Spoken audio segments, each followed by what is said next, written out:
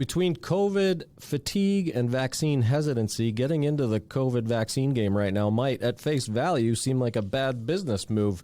That is, if you're coming at the COVID vaccine game from the same perspective Moderna and Pfizer-BioNTech did back in 2020.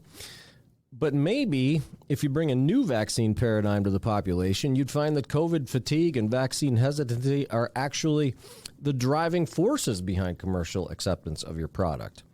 I'm Matt Pillar. This is The Business of Biotech, and I'll never knock the incredible result of the public-private partnership that we saw during Operation Warp Speed. But to cut to the chase, there's room for improvement on many fronts. We all know the first iteration of new technology is never the best iteration of a new technology. I won't put words in his mouth, but Dr. Carsten Rudolph, CEO at Ethris, agrees with at least some of this sentiment. Otherwise, he wouldn't be taking his company down the path of developing intranasally administered and inhaled vaccines and therapeutics for a number of respiratory indications, COVID among them.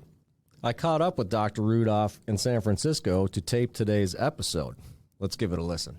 I think another, when we speak about limitations, I think another limitation, maybe, and I think that's a little bit unspoken also in the field, is that the formulations from the commercialized vaccines, they biodistribute to the entire body. Yeah, from their the documents from their authorization, you see that 30% goes into the liver. Yeah, it goes into the heart, even if you just locally inject into the muscle. Yeah, and even 2 to 4% of what's found in the plasma is found in the brain, basically. Yeah, and we think if you don't need it in the brain, one should not deliver it to the brain.